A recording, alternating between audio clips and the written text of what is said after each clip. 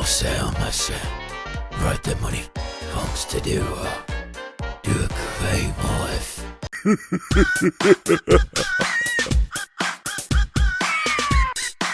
Salut les héros. Aujourd'hui, on parle de Call of Duty BO7 les frères. Le jeu qui devait sauver la licence. Le jeu qui devait faire revenir les anciens. Et enfin, le jeu qui devait mettre une claque à tout le monde. Et après plusieurs heures, je peux te dire un truc simple. C'est je m'amuse. Mais en même temps, je suis énervé. Et quand un jeu il fait ça, c'est qu'il y a un souci quelque part. BO7, retour légendaire ou gros plat micro-ondes? On va voir ça dès maintenant.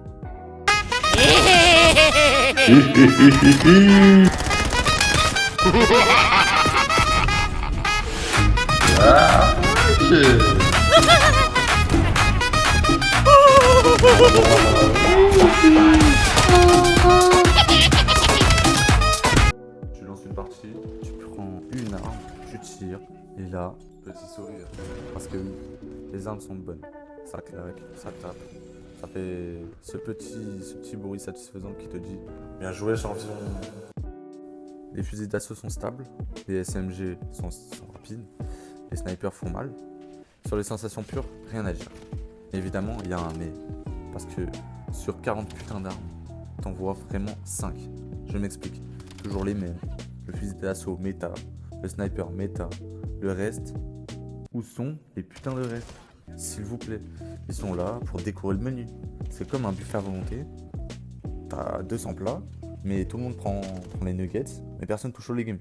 C'est ça un peu. Tu te dis, vas-y, je vais tester un truc différent. Tu prends une arme différente, tu fais 2 kills, et derrière, tu te fais démonter. Donc, tu retournes à la méta. Et pas parce que t'as envie, hein, mais par survie. Et ça, c'est trop triste, wesh. Les maps multi. Alors oui, il faut qu'on en parle. Les maps. Les maps de BO7. Les maps sont propres. Il n'y a rien qui bug, il n'y a rien qui casse, mais il y a un problème. Elles ont aucune personnalité. Tu pourrais me montrer une image de n'importe quelle map, de ce BO7 bien sûr, et je serais incapable de te dire c'est laquelle. Ville abandonnée, base militaire, usine, entrepôt et encore usine. Avant, t'avais des maps, tu les reconnaissais en 2 secondes, genre des maps iconiques. Aujourd'hui, tu les confonds tous. Genre, en plus, le pire, c'est qu'ils ont tous le même schéma. Couloir gauche, couloir droit, zone centrale chaotique, toujours la même quoi. C'est efficace, mais c'est chiant. C'est comme manger des pâtes nature tous les jours. Ça nourrit, mais c'est chiant. Le SBMM. Le vrai boss final de BO7. C'est pas un ennemi, c'est pas un zombie.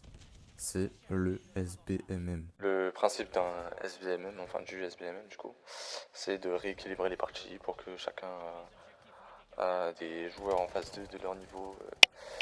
Voilà ou quoi. Bon, ça c'est pour le principe seulement. Tu fais une bonne partie, le jeu te regarde, il plisse les yeux. Il note ton nom. Et deuxième partie, tu fais une bonne partie encore. Là, il commence à s'inquiéter. Et enfin, tu fais une troisième bonne partie. Le jeu, il t'envoie dans une autre dimension après. Et il t'envoie face à des gens qui glissent partout, qui sautent partout. Une folie. Les bugs ont un parcours, et en même temps qu'ils font ce parcours, ils te tirent dessus. Juste pour te dire la dinguerie. Frérot, je voulais juste me détendre, pas passer un concours. Le jeu, il te punit parce que tu joues bien. Concept intéressant hein, quand même.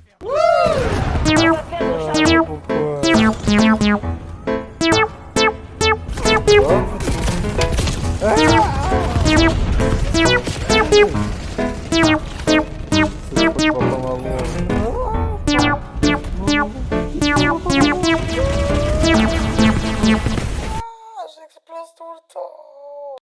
Le mode zombie. Ce fameux mode zombie. Le mode zombie, c'est un refuge. Quand le multi il te saoule, tu sautes dedans, direct. Mode zombie. Ça chipote pas. Et là, tu respires. Bonne ambiance, de la tension. Tu cries, ton pote meurt. Tu te déhèques. Enfin, tu rigoles. Et c'est parfait. Et pourquoi ils ont transformé le mode zombie en RPG, wesh? Talent, compétences, arbre, arbre de compétences, fragments, wesh, frérot. Tu veux tirer sur des zombies, pas créer un personnage sur Baldur's Gate. C'est cool, mais c'est trop. Avant, le mode zombie c'était simple. Je sais pas, tu shootes tes ennemis, enfin des zombies, tu augmentes dans la petite histoire. Bon, après, c'est sympa quand même, hein. Je vous mens pas. Je pense que c'est la partie la mieux réussite de ce BO7. Alors, en vrai, profitons. Escarré. La campagne. La campagne, c'est comme un film Netflix du dimanche soir. Tu passes un bon moment, mais lundi, t'as tout oublié.